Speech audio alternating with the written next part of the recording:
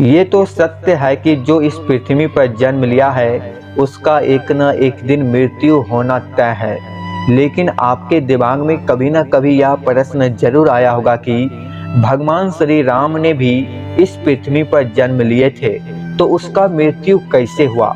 क्या आप ये जानते हैं? आज हम आपको इसी के बारे में बताने वाले हैं कि भगवान श्री राम की मृत्यु कैसे हुआ। क्योंकि पृथ्वी एक मृत्यु लोक है, जो इस पृथ्वी पर आएगा उसे एक ना एक दिन जाना पड़ेगा, चाहे वो इंसान हो या भगवान हो। आपको यह कहानी जानकर पैरों तले जमीन निकल जाएगा कि भगवान श्री राम की मृत्यु कैसे हुआ।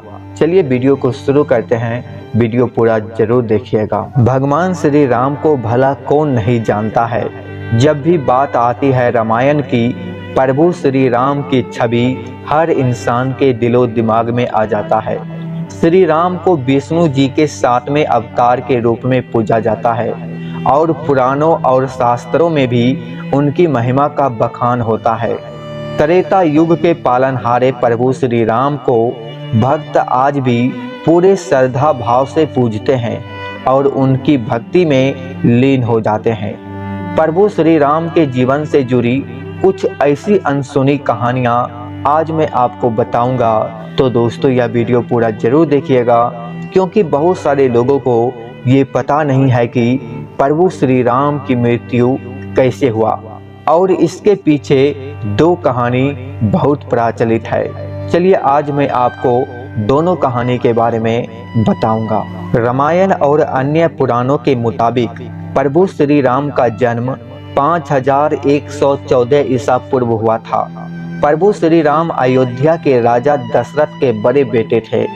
उन्हें भगवान विष्णु का अवतार कहा जाता है। यही नहीं, उनके विशेष कर्तव्यों की वजह से उन्हें मर्यादा पुरुषोत्तम के नाम से भी जाना जाता है। प्रभु श्री राम से अयोध्या वासी काफी प्यार करते थे और उनके वनवास जाते ही वो अत्यंत दुखी हो गए। प्रभु श्री राम की मृत्यु से जुड़ी कई कथाएं प्रचलित है। एक कथा के अनुसार सीता ने अपने दोनों बच्चों लव और कुश को प्रभु श्री राम को सौंपा और धरती माता के साथ जमीन में समा गई। सीता के जाने से प्रभु श्री राम इतने दुखी हो गए कि उन्होंने यमराज से सहमति लेकर सरयू नदी में जल समाधि ले ली। दूसरी कथा के अनुसार भगवान श्री राम ने धरती पर 1000 वर्षों से भी ज्यादा समय तक शासन किया। अपने इस लंबे शासन काल में भगवान राम ने कई ऐसे काम किए जिन्होंने हिंदू धर्म को एक गौरव इतिहास प्रदान किया। पंडित प्रशांत मिश्रा जी बताते हैं कि पद्म पुराण के अनुसार भगवान राम जब अपना अवतार काल समाप्त करके एक ऋषि का रूप धारण करके आए, तब काल यानी यमराज भी एक ऋषि के रूप में आए और उन्होंने राम जी से बात करने का आग्रह किया। तब श्री राम ने काल से कहा कि कोई हमारे बीच ना आए। उस समय प्रभु श्री राम ने लक्ष्मण से कहा कि वो एकांत चाहते हैं और काल से बातचीत करना चाहते हैं, इसलिए आप दरवाजे पर खड़े हो जाए जिससे कोई भी भीतर प्रवेश ना कर सके। इतनी देर में ऋषि दुर्वासा वहां आ गए और राम जी से मिलने का आग्रह करने लगे। लक्ष्मण जी के मना करने पर भी ऋषि नहीं माने और क्रोधित होकर बात करने लगे। लक्ष्मण जी दुर्वासा के क्रोध से बचने के लिए कमरे में प्रवेश कर गए जहां श्री राम बातचीत कर रहे थे। ये देखकर श्री राम भी लक्ष्मण पर क्रोधित हुए और उन्हें मृत्यु दंड न देकर देश से निकाल देने का आज्ञा दिया।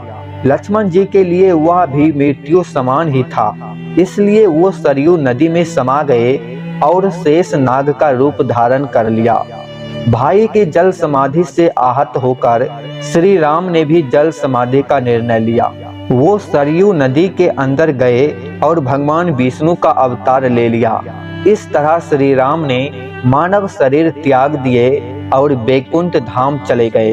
वास्तव में ये कथा भगवान श्री राम के जीवन से जुड़ी सबसे रोचक कथाओं में से एक है और ये प्रभु श्री राम के मनुष्य रूप को त्याग कर वापस विष्णु रूप में आने के बारे में बताती है।